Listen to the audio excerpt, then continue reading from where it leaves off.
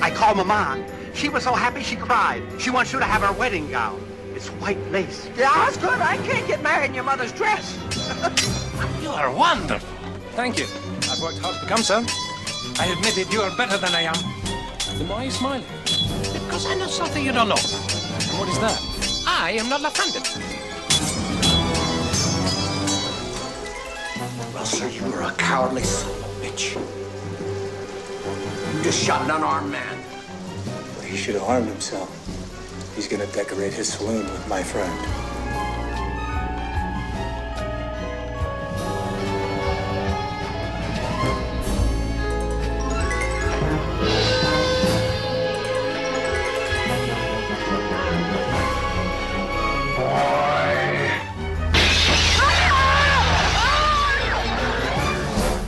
That can be bad when that happens. That's my. That's why I never look in mirrors. My favorite Buddy Holly song. Yes. All of my love, all of my kissing. You don't know what you've been missing, It's boy. Exactly. We should get him back to We should. sing. Angus Scrimm sings Buddy Holly's greatest hits. I'm Mark. I'm Tom. And we are the Cinemaniacs. So Well, we're back welcome after back. a Yes. week off. Thank you for my fault, but thank you for that. Oh, thank you. For As a matter of fact, a brief transition, and I was touring around the Midwest, spending some time with my mom, diving abandoned silver mines, but went to Kings Island. Hello to everybody in Kings Island, just outside of Cincinnati.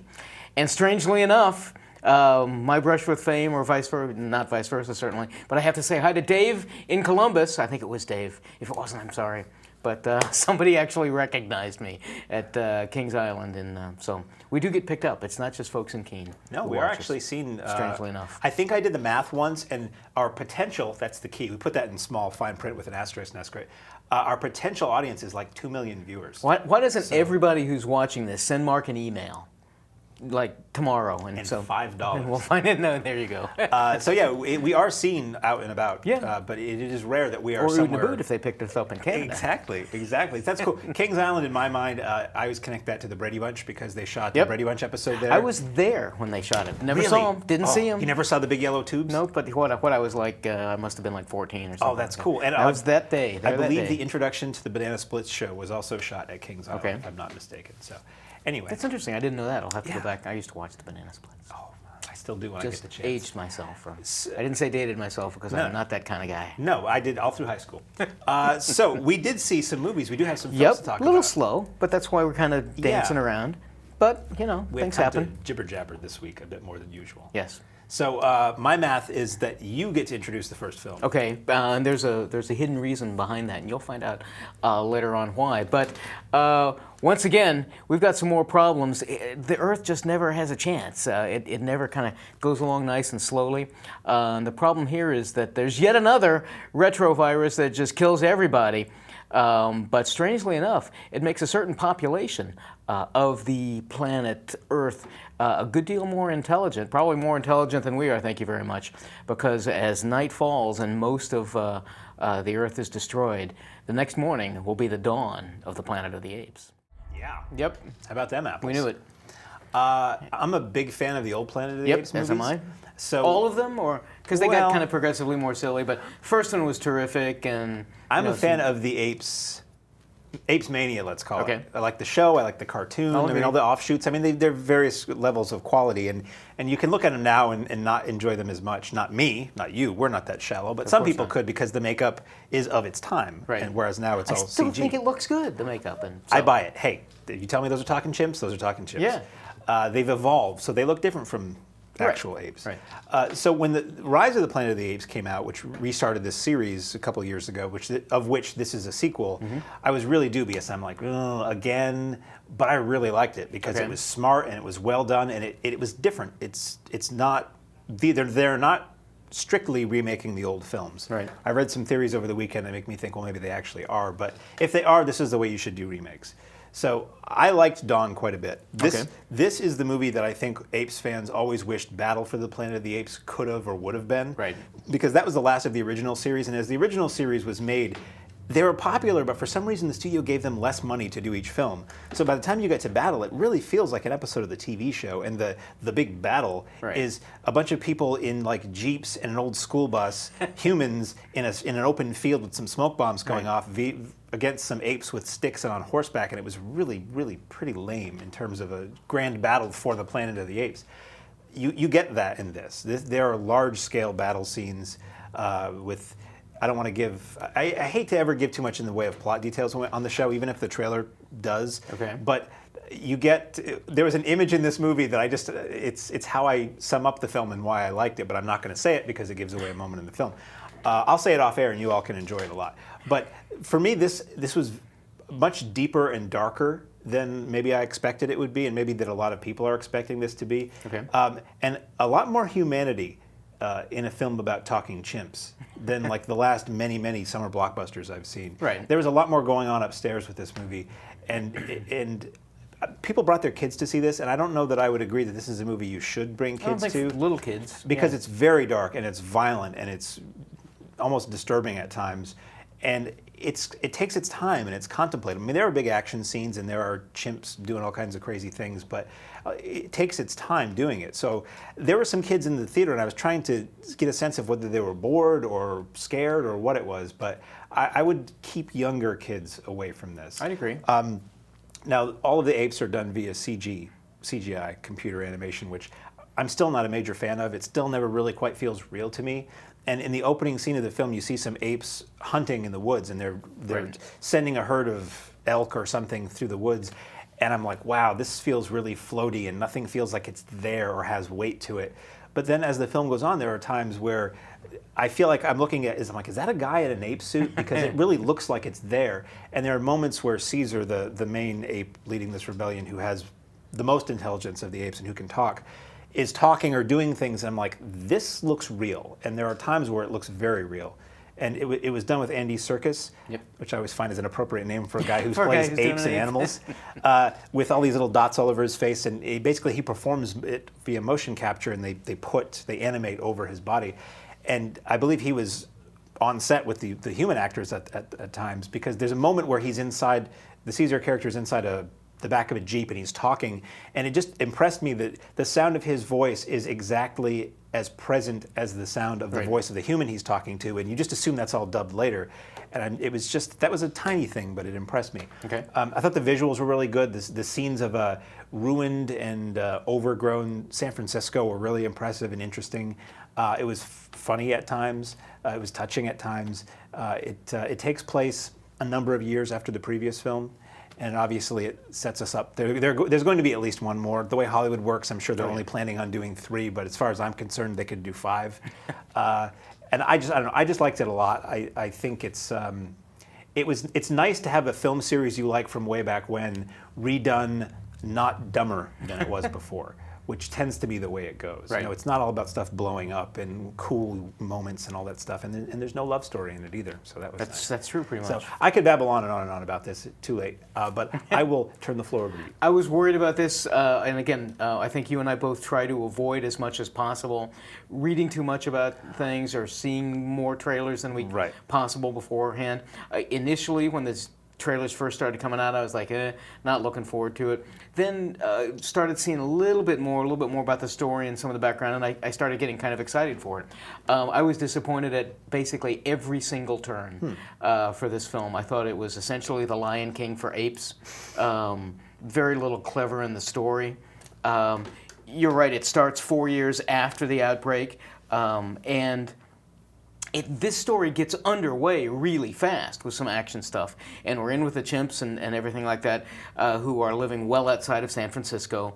Why humans can't find them, I don't know, because the chimps are riding around on horses and you can't find.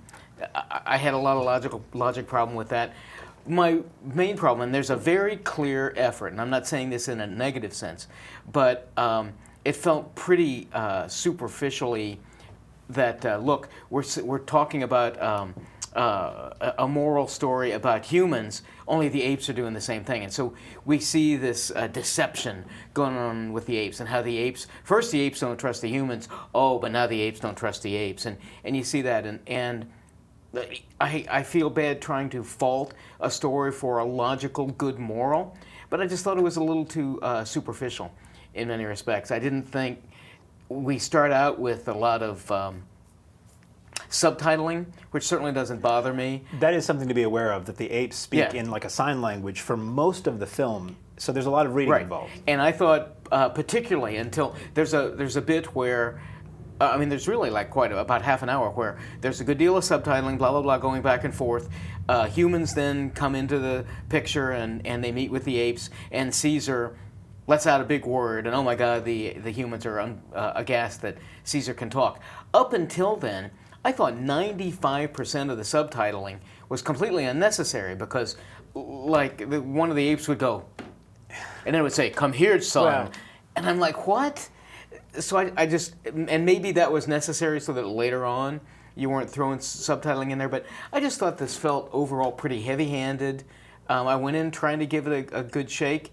I was surprised that, and maybe this is the good thing, you and I've talked a little bit earlier about how sometimes it's good that there aren't real stars in films because then you're not taken away. Right. Oh, it's William Hurt doing this. Oh, it's somebody else. Now, Gary Oldman is given credit for this film. I can hold my breath for the lengths of the scenes that he's in because he's in it very, very, very little. And that's not a problem. The two leads are strong enough. I just thought that they didn't really, I was looking for something a little bit newer, a little bit more of a twist. I did think that the CG overall was pretty good. There were times that you could kind of pick out, that's a little fake, but it's come along really pretty well. You and I were talking beforehand that this is in 3D, right? And so we usually tend to get pretty picky and analyze that. And I didn't think the 3D was anything to really write home about. There were some times when we're in the apes' homes that it gave a presence, and I remember saying that about Avatar, that I liked Avatar as kind of the first really big 3D movie because it did give us that presence. So it's either that I'm not noticing it as much anymore. That's where I was. I kept realizing, oh yeah, I'm wearing sunglasses in the theater, and I'm not getting any depth, and I'm not getting any coming at you. So to me, if you're I'm not getting any depth, or you're not noticing that. I wasn't noticing the 3D effect very often, and to me, if I'm not noticing it very often, I don't see there's any reason to have it there. And I didn't do my research as to whether this was a post-conversion job or not, but I would say if you're like weighing whether to pay extra to see 3D or not, I would say don't bother because it doesn't. I think add in many anything respects, to it. it's often becomes more distracting. It's kind of more unwieldy. It does if you're out there and you're wearing 3D glasses, and I'm sure you do this, and I do this. I'll pop them up every now and then just to see if the layering is there. And also, I just noticed it's like a stop brighter. It's like twice as bright. So yeah, in many respects, sometimes I will, in something big and like Guardians of the Galaxy is coming out soon, something like that, got to go see that in 3D because you figure they're really playing that up. You mentioned, and you're right, that a lot of these recently are post-conversion processes, and I kind of wonder why that's the case because, while we know it takes 4 or 5 years to do some films, 3D was certainly pretty big even 4 years ago, and so and I tend to think that those don't tend to be as good as when they're obviously made 3D. So overall, unfortunately, I was pretty down on Planet of the Apes on this one, Dawn of the Planet of the Apes. I thought it was pretty much of a snoozer. Really, and I was expecting a lot more of it. It's rare that we disagree so much because I had such a good time with it. But right. I I'm guess happy for you. It makes it more interesting. We never come to blows on this show. At least we not never on the air. Resort to insulting each other's lineage. But once in a while we disagree. There you go. So yeah, pick who you want to believe. So speaking of films we saw at the theater this weekend. Yes. They can't all be golden segues. We have Eric Bana. See, I get choked up when I talk about Eric Bana because he's that kind of guy. He is that kind of guy. Eric Bana stars as a New York City detective who investigates a series of strange murders and events that lead him to believe something devilly, spirity, possession-y might be going on in Deliver Us from Evil. That can be bad. Eek! An evil owl. Yes. The owls are not what they seem. I didn't know anything about this going in. Well, strangely enough, at all. I knew a lot about this going in, but I knew about the wrong movie. So I went in expecting a completely different movie. So we'll it was a talk about surprise that for both of us. later. So I went in, and for you, those of you watching in Keene, let me preface this by saying this is in Theater 6, which is what I always have called the short time theater. Right. So if you want to see this movie, despite what or because of what we may say, go see it before Thursday because I'm really going to guess it's not going to be here Yeah. past this week. Yeah. So I went to see this in Theater 6, which is the smallest of the theaters there. And it's also the theater I like. The only theater I've ever been to where front row is the best seat in the house because they don't have seats. The seats only go about halfway down the theater. Right. So if you sit in the front row, you have all the leg room in the world, and the screen is right in front of you. It's great. So I was the only one in the theater for this. And again, I want to say, if you want to see this movie, I would recommend going this week while it's there. And also, if you're like me and you're the only one in the theater and this movie works for you, I don't know of a better way to see a horror movie Right. than being alone in the theater. Or are you? So it's Eric Bana, and he's a cop, and he's investigating a series of people acting very weird. And then it becomes a question of, are these people possessed? And it becomes like an exorcism kind of thing. And it reminded me a lot of Exorcist 3. I don't know if you know Exorcist 3. It had George C. Scott as a cop investigating a series of things where people might be possessed. I think Exorcist 3 is a really good movie. It has one of the scariest images in all of film, And I if think. you've seen it, you know what we're talking about. Yep. It has that moment. And Exorcist 3 has been mostly forgotten, but people who have seen it, it's getting its due belatedly. Right. And I talk about that a lot because I would say you would be much better off renting Exorcist 3 than going to see this because I thought this was really kind of dull. And when did horror have to look like a Nine Inch Nails video? You know what I mean? Flash frames and loud noises and flickering strobe lights. And I'm like, that's not scary. It's just annoying to look at. So there's a lot of that. And it held my interest up to a point, and then it was kind of repetitive and really slow. This is much more of a police investigation movie than it is a horror movie. Eventually, it becomes a exorcism kind of thing. And when I see that, I'm like, I saw The Exorcist and it was great, and I've never seen any movie that approaches that material that's done it better. So in my mind, it's kind of like, why bother? Why try? Right. And every so many years, we get another possession exorcism movie, and they're all just weak copies of The Exorcist, and I just don't see any point to it. I mean, the people in this are good. Eric Bana's good. Very surprised to see Joel McHale, who much people know from Ease the Soup or Community as Bana's partner. Yeah. And he's kind of funny at times. But still, it's just really heavy-handed, and I tuned out probably about 3/4 of the way through the movie and just got to the point where, okay, exorcise the demon and let me go. Right, let us go. Yeah, I didn't really care for this. Yeah, there's so much of this. First of all, I went into this thinking it was a completely different film. Maybe that shows that I really don't pay attention to the trailers and things. But once I figured out, oh, wait a minute, this is the one, once I say Eric Bana, I realized, wait a minute, this is about cops and stuff. So it took me 5 or 10 minutes to get over all of that. But so much of this film we've seen before. There's a television show, as a matter of fact, out. I think it's called The Dead Files, where you have a psychic researcher and a cop, and they investigate things separately and they come together. So this did feel like so much they're playing off the religious and potentially paranormal aspect of this, which of course I'm looking forward to. I love all those kind of creepy things, but I'm watching every single thing that's going on just thinking, well, that's so explainable. I'm not going to necessarily cite the moments because I don't want to ruin it for anybody who wants to go see it. But so much of it I thought was easily explainable in a real-world police detective kind of a way. They had to go a long way to force, I thought, a paranormal, even though this is supposed to be based on reality. He is I think a New York police officer and has written about this and has some notoriety for his paranormal investigative things. But I just thought so much of this was we'd seen it before. It was very mundane. Bana is good. I like him as an actor. I like Joel McHale. Yeah. And he was a surprise, and obviously some of the comedy relief. And they had decent rapport. Some of the supporting roles were fine, but it's just, as you say, it's been done before. Now, granted, that was, 40 years ago? Yeah. But it still holds up with some minor exceptions of effects. I think if you're young, or if you've never seen The Exorcist, if you're just going to see a horror movie, this will probably work for maybe younger people or people who aren't cursed with remembering everything they've ever seen and comparing everything they do see with everything they've ever seen, which is kind of where I'm at. So I can see this as being effective for people. I just. But as you mentioned, I think during the trailer, so much of this is it's quick cuts or jump out at you scary. Yeah, and that's not. I don't think that's scary. Every time the police get into it with somebody who's possessed, it becomes everything I hate about action movies. It's all shot too close, edited too fast, and camera too shaky. So I'm just like, who's doing what to who? There's this big scene where Joel McHale is fighting some possessed guy in a stairwell, and it's all of that plus the overhead fluorescent lights are all flickering. Yes, I'm like, of course. Why just turn the lights off if you're going to do this to me? Vanna gets this guy, his family comes in. So here's another subplot that we've seen a zillion times. Oh, the cop who spends too much time at work and at the detriment of his family. They, of course, come into peril. And so he has to interview and basically interrogate this one possessed guy. And so much of this is, it's all the time, all of this just unbelievable stuff, ground shaking and stuff breaking, and nobody bothers ever videotaping anything, so you have some evidence.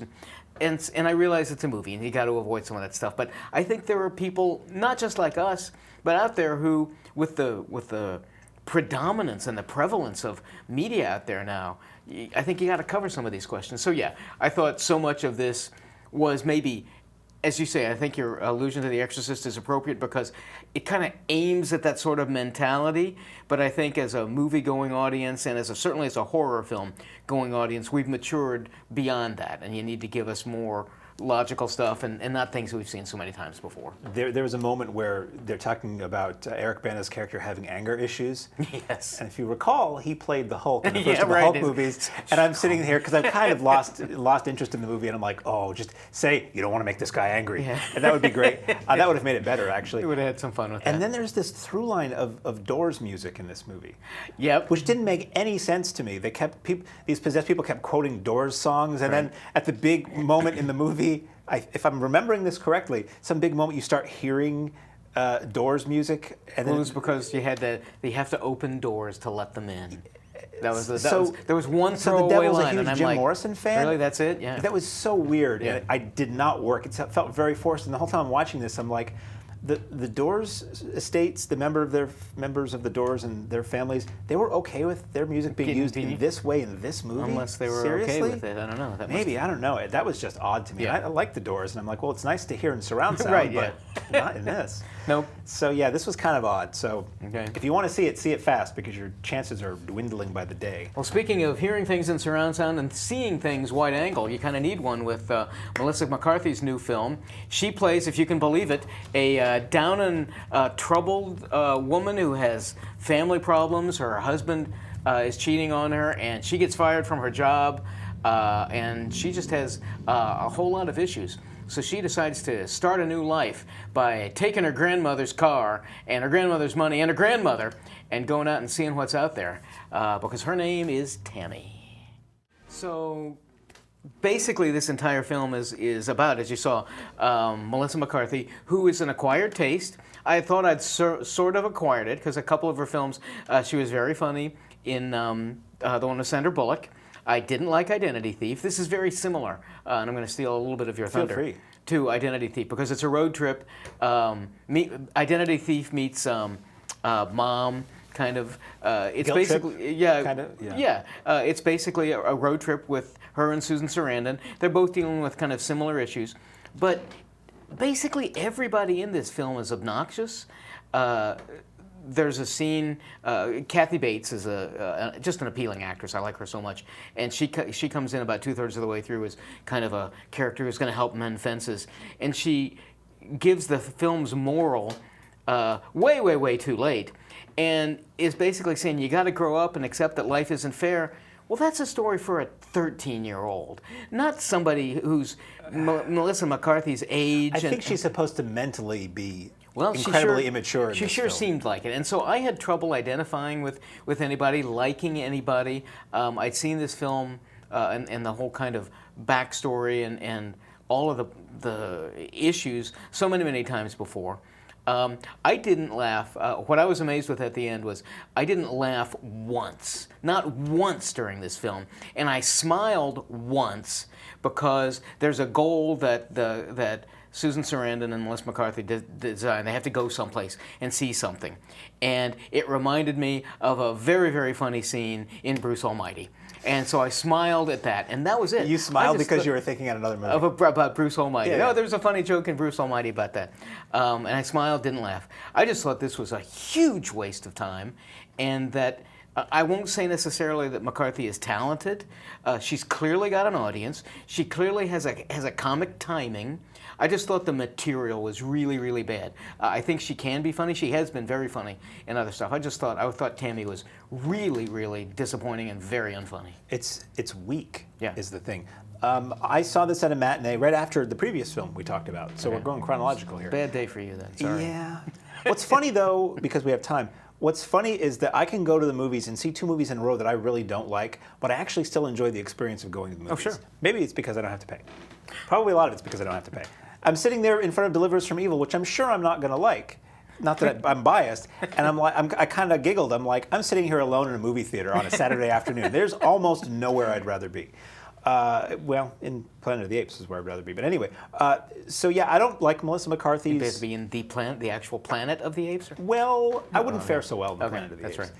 I've never liked Melissa McCarthy's work. She Right. could be a wonderful person. I'm just speaking of her comedic stylings. Right. I've never found funny. I usually find pretty annoying. So I wasn't looking forward to this.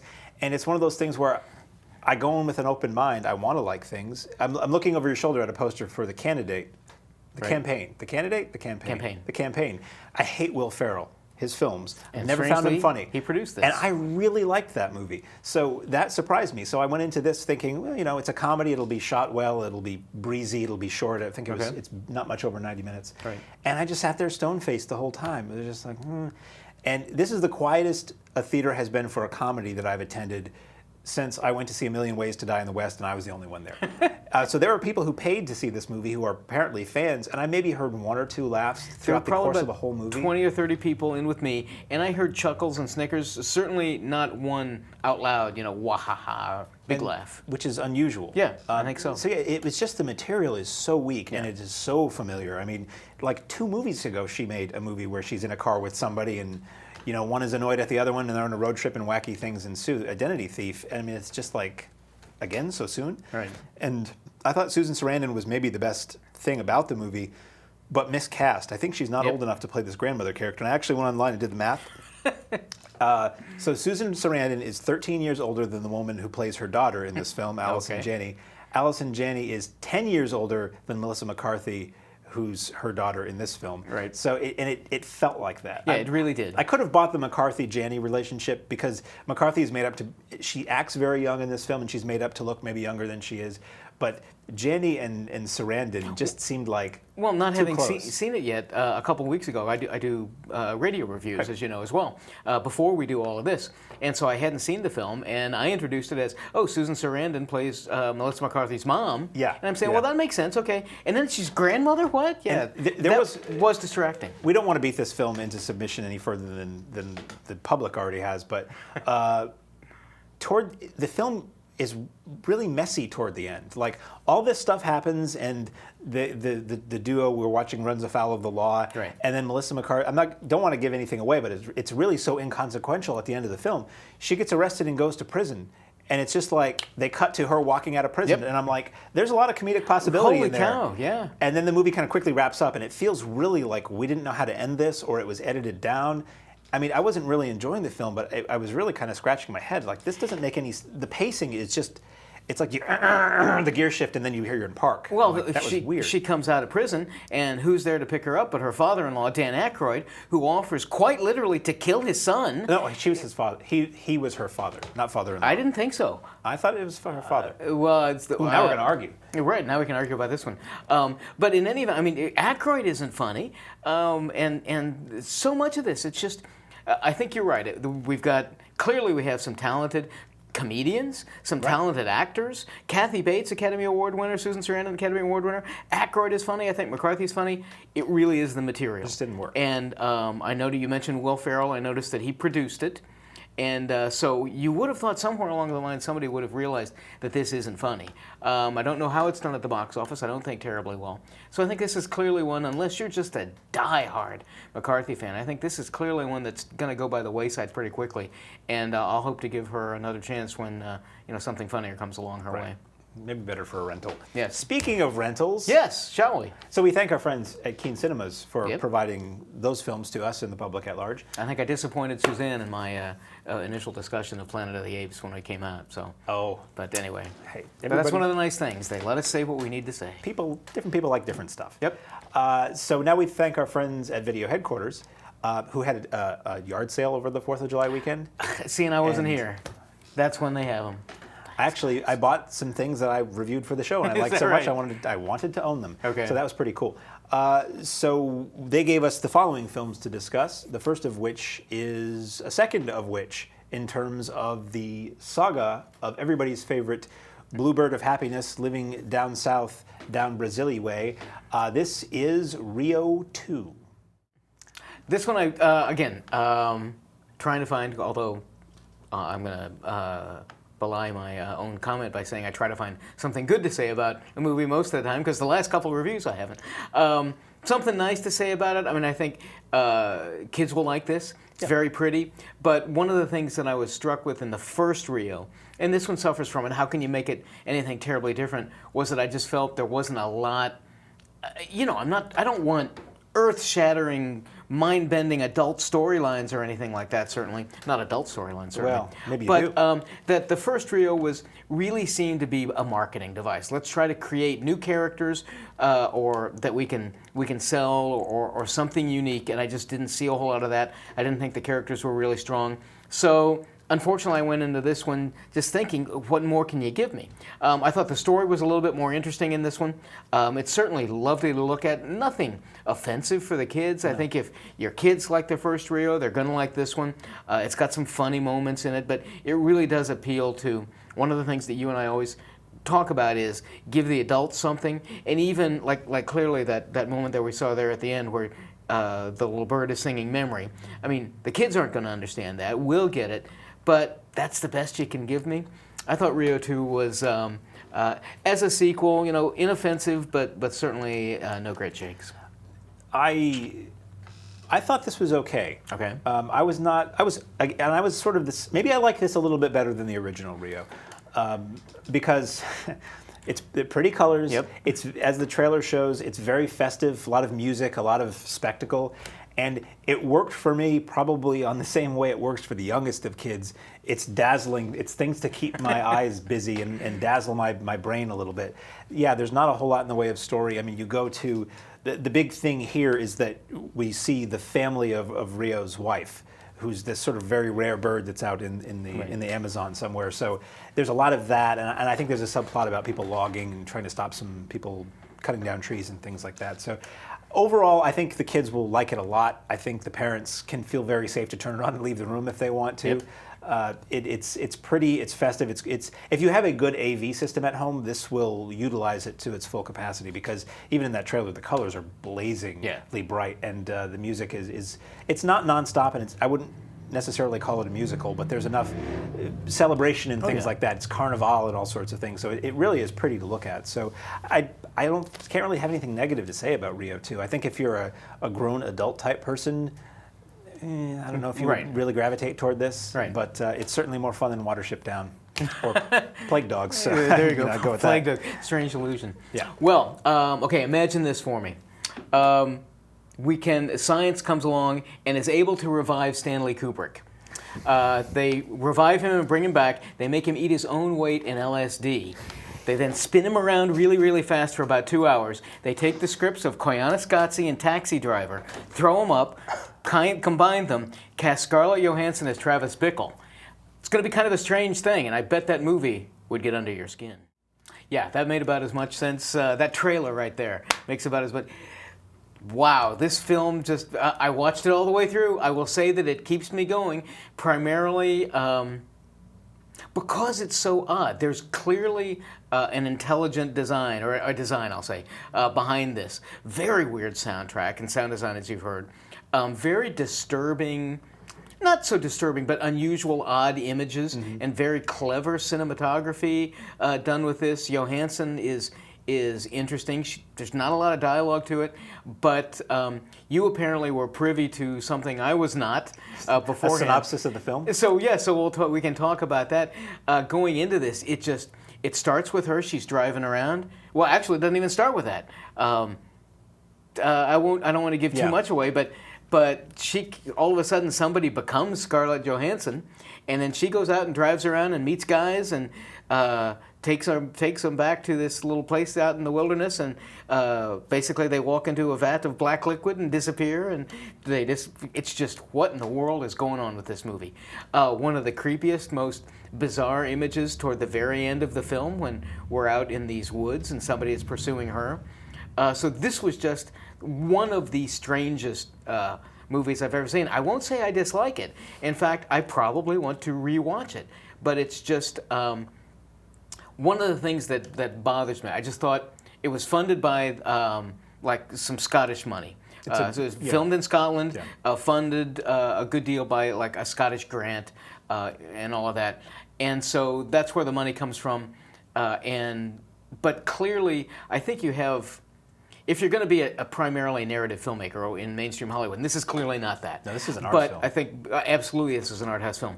But relative to selling this to the mainstream audience, I think the mainstream audience, our viewers and everybody, need to know that this is the furthest thing possible from that, and that what it did for me was help reinforce in my teaching, because most of the people know who watch the show, I teach film production courses at a college. And I try to make sure that my students have a point that they want to communicate, and then their job is to communicate that to the audience. I had no idea what this film was trying to say. I didn't know how it was utilizing these clear skills that it had, some wonderful imagery, great sound design and stuff, but I didn't get it. I didn't understand. And so while it lost me about a third of the way through, I still followed through with it. And just basically don't have a whole lot to say, but that this was just one of the weirdest movies I've seen in a long time. So, if I can... So tell me, what the hell did it mean? Should I give it away? Yeah, no. You can do this. You know, I think if you... See, when I get things to watch for the show, I don't look at any synopsis because I want the film to work on it. I want it to tell me a story. I don't want to know the story. I'm pretty sure if you read the box cover, it does tell you what it's about. And that may make it easier. I knew going in what the overall storyline was. It's just that. Do you want to? I think maybe then. Okay. Do you want to think about that? No, the benefit should you tell everybody? Yeah. If you, we'll do our usual, whatever. We'll do this when you can turn your volume on. If you don't want to know what this is about, if you're weird like me and you want to watch movies without knowing anything about them or who's in them, mute right now. So basically, the story is that Scarlett Johansson is an alien, and she is kidnapping men. She invites them back to her place for some fun in rolling the hay, and she's basically capturing men for their vital organs or whatever that get sent back to the whatever. It's very obtuse. There's very little dialogue in this movie. Yeah. It's basically her talking to these guys and enticing them is all the dialogue you get. So there are long stretches where nobody says anything. So that's the plot basically. But knowing that makes a bit more sense as to why she's driving around and why she's picking these guys up and what's going on. Be aware that if you have problems with foreign accents, I'm not a guy who has any issue with British accents and its permutations, but these are very thick Scottish accents. You really want to have you want the subtitles on for this, seriously. And it's very art house, it's very arty. Sure so long shots and long stretches of nothing happening. And it goes along with that plot I talked about for a while, and then something happens and Scarlett Johansson's experience becomes different, and then I'm like, where's this going? And there's so little dialogue, and the imagery was so dim. Yeah. And I'm like, what is going on?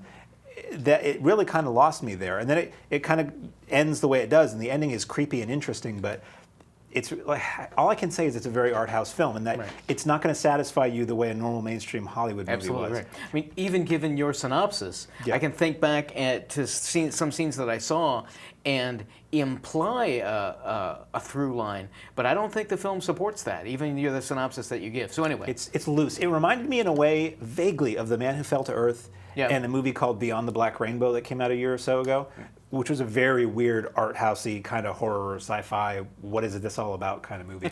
I will say, if this helps any rentals, if this helps video headquarters, Scarlett Johansson does get naked in this movie. She does. A couple times, completely. Yes. So there is that. This film is probably going to go down as, that's why people people rent it. They rent it and they find out the numbers online and they say, okay, Although that's one what of that those looks probably like. have to freeze and walk up to the TV. Yeah, because they're long shots. It's a long shot. I had a big screen and it was hard to make these things out.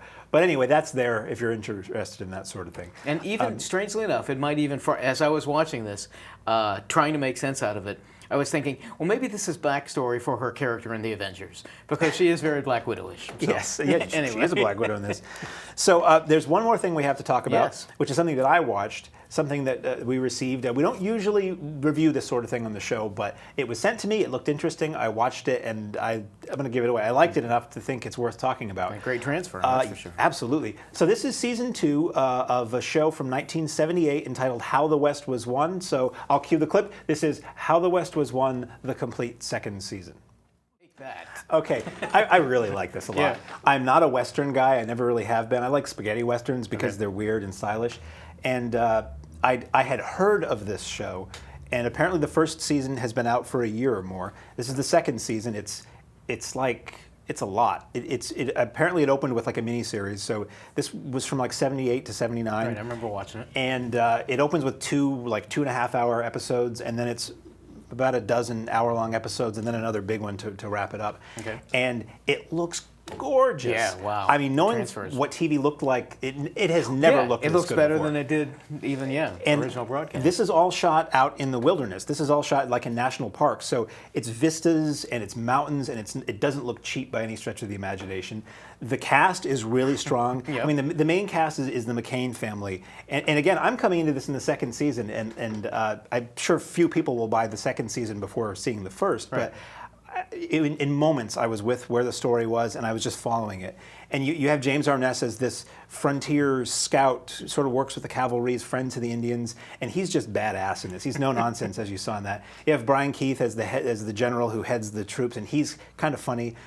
I started this up, and I didn't know too much about it, and it starts off, and I see the name, guest starring Christopher Lee. I'm like, oh, I'm in on this. And then Ricardo Montalban is apparently won an Emmy for this role as the head of the Indian tribe. And this is everything I like about 70s TV. I said to somebody, a friend of mine, this is very 1978, and that's a good thing. Every episode is loaded with actors that if you grew up in that era, you recognize. Like the second episode has like Richard Basehart and Tim Matheson, and Lloyd Bridges has a role that runs through this. And it's just all these big names of this era that are mostly all dead now. Right. And it's gorgeously shot outside, and it's like an old-fashioned Western. I mean, Westerns really kind of died with the end of Gunsmoke and Bonanza and things like this, and this was sort of an attempt to bring them back. It lasted 2 years. But it's more thoughtful than they used to be. Like, the Indians aren't savages and just people you shoot off, the horseback. They've humanized it. So it's taking sort of 70s ideology and bringing that into the Western.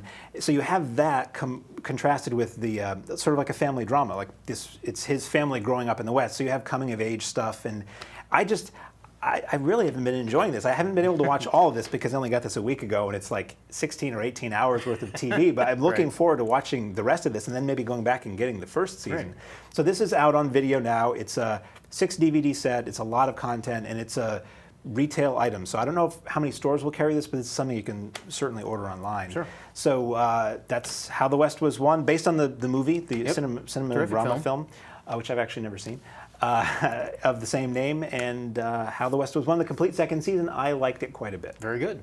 And that's all we have to discuss this week. Sort of slow, and you'll get to helm this all by your lonesome. I'm once again out of town next week, so you'll just get him. So there. It's going to be 100% more me. That's right. Well, then maybe I can chat about some stuff that anything that's either good or particularly bad. You can when give your catch up when you get back. There we go. I didn't want our viewers having waited, load these many weeks for a new show. You are. And I'm a glory hound. So once again, let's see those 2 million emails coming in thanking Mark. With $5 every email.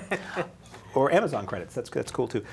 So I guess until next week, I'm Mark. I'm Tom. And we are the Cinemaniacs.